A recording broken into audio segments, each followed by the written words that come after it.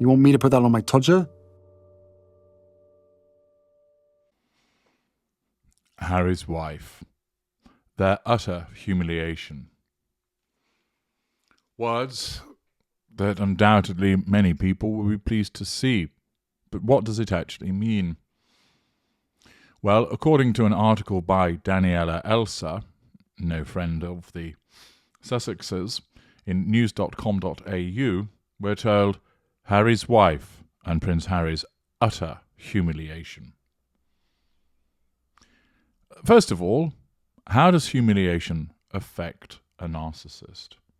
Well, feeling humiliated, of course, is a threat to control.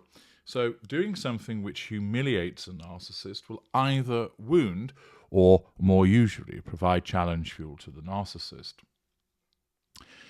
Humiliating a narcissist, for example, in making it seem like lots of people are going to turn up to an event that has been organised by the narcissist and nobody turns up. That would cause massive wounding, because all of the non-intimate secondary sources that would be expected to attend, let's say 30, 40 people, who all decide, for whatever reason, to not turn up, maybe because they become sick and tired of that particular narcissist's behaviour towards them and others, and therefore they seek to humiliate them simply by not turning up to an event that they've planned, spent money on, talked a lot about, then the failure to attend that causes massive wounding to that narcissist. 30 non-intimate secondary sources were expected to be there with all of the attendant fuel that comes with it, and they're not. The narcissist is both humiliated and wounded. In an instance, perhaps, where the narcissist is given a dressing down in front of a number of people, which affects their facade.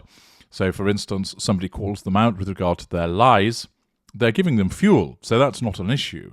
So not as problematic as the previous example that I've given you.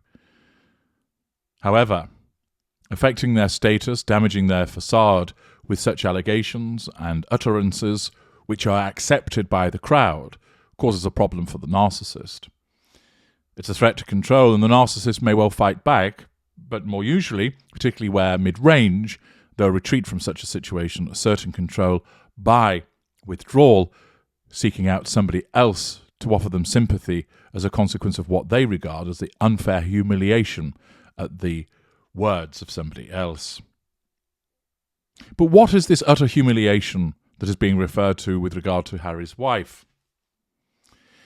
The subheading is Harry's wife and Prince Harry have become something they never imagined, and it's having huge ramifications on their future.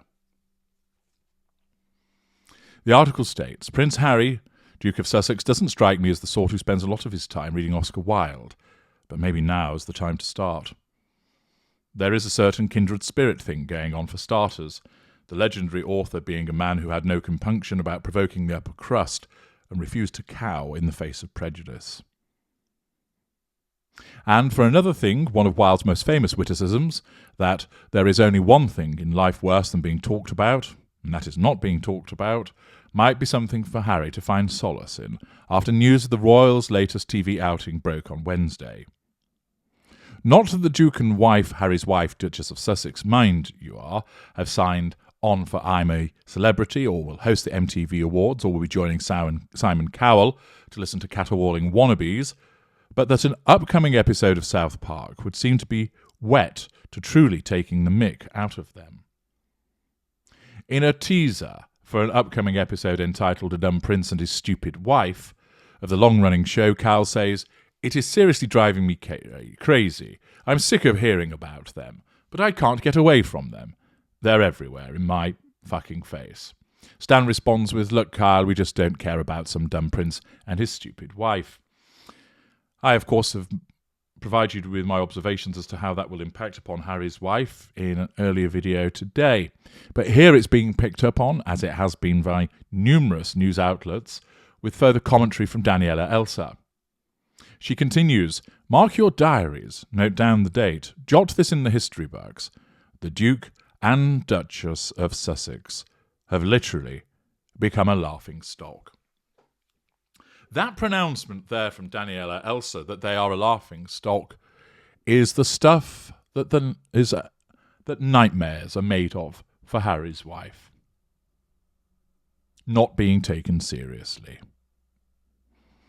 As I've explained in immediate parts past him, she has no sense of humour. She believes that she has, but she has not. We've seen that borne out. But she takes herself seriously. She believes herself to be important. And the fact that she is regarded as a laughingstock is hugely problematic. The article continues, it's not even the first instance of late that they have been the butt of very high-profile jokes. Last week, during the Grammys, host Trevor Noah said that James Corden, arsehole, was living proof that a man can move from London to LA and not tell everyone about his frostbitten penis. Prior to that, Chelsea Handler deadpanned during the Critics' Choice Awards. Dharma became the third highest viewed show on Netflix, with a combined watch time of 1 billion hours, which apparently is the same amount of time we're going to have to listen to Prince Harry talk about his frostbitten penis. It's enough already. When Harry released his guided missile of a tell-all spare in January, the Jimmy Kimmel Show first did a sketch mocking the altercation between the Duke and brother Prince William, with two actors dressed up as the singer Prince. In another episode, Kimmel told the audience that publishers were releasing a children's book version of his memoir called The Prince and the Penis, and then read from it. At the chilly North Pole, a silly young codger took a walk in the snow and froze his wee todger, it started. This would all be a bit of a giggle.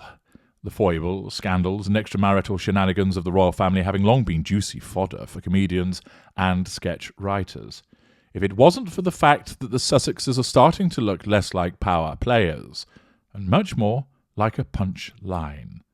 For one thing, the US does not seem to like them all that much.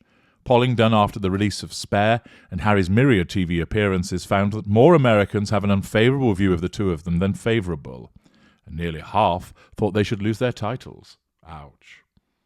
What is so surprising is that while they might be the most famous couple in the world, not on TikTok or occupying the White House, that fame has not translated into effortless professional success, untold riches, and swanning about with society darlings.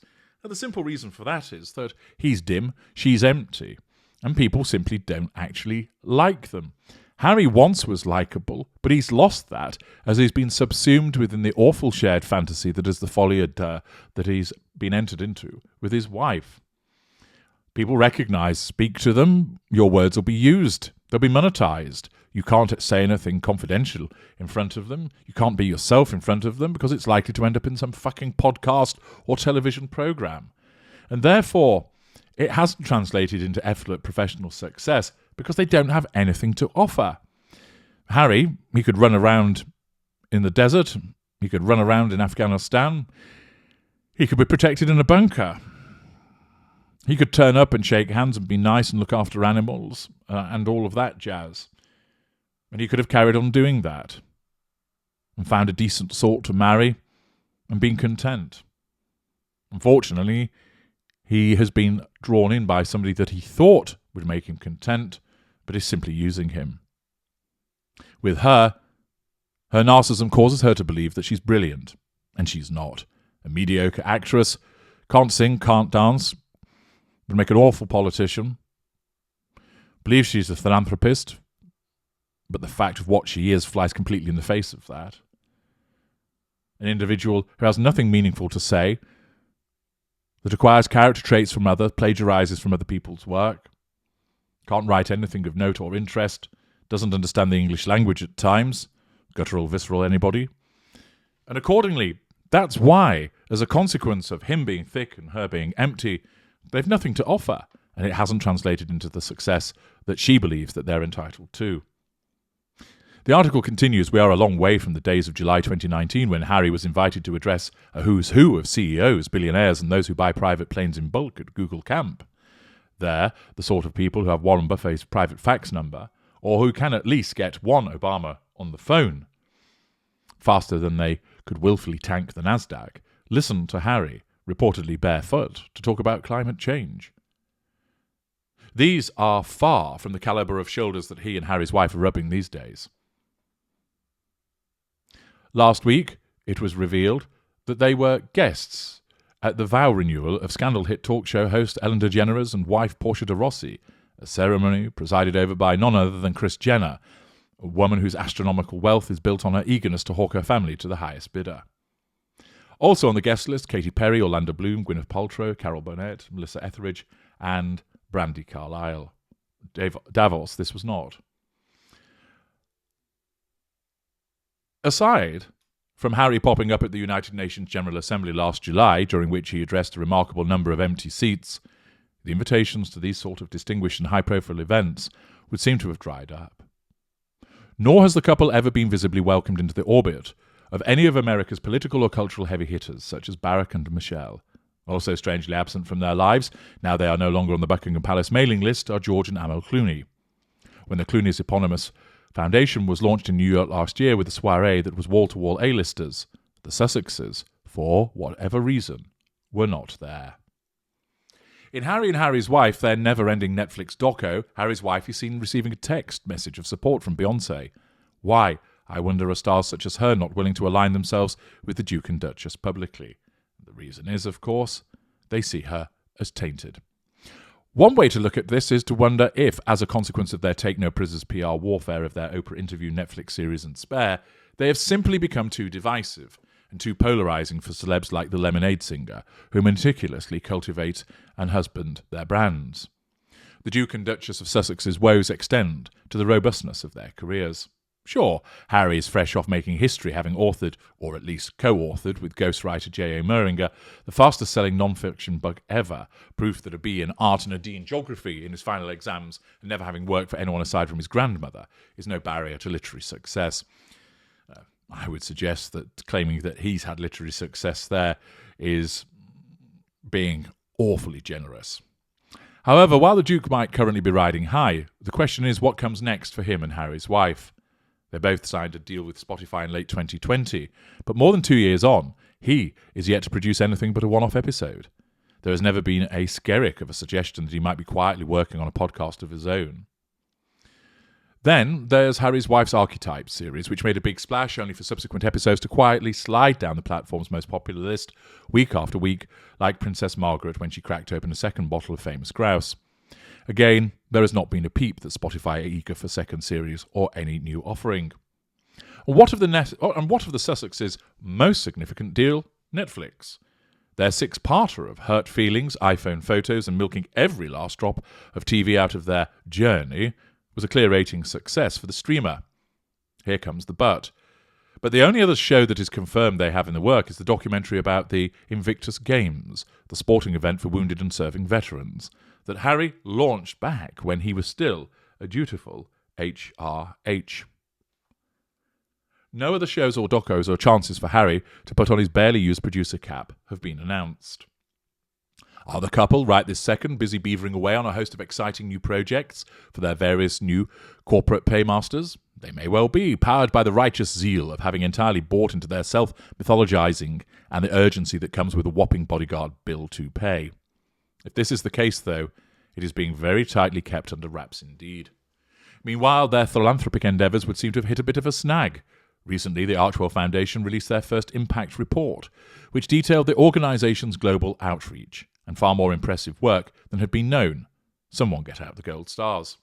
However, those dogged reporter types over at the Daily Mail recently then reported that of the 18.6 million Australian dollars raised by the foundation, 14.3 million Australian dollars had come from one wealthy individual who would point to them having yet to attract a wide donor base. Here's another interesting detail. This week, California Senator Dianne Feinstein announced she would retire at the end of her term, the very seat that it has previously been reported that Harry's wife might want to make a tilt at someday. Yet, it's been years since there was any talk of the former actress having a crack at political office, and today the idea of the Duchess tootling off to Washington verges on the comical. So where the hell do Harry and Harry's wife go next?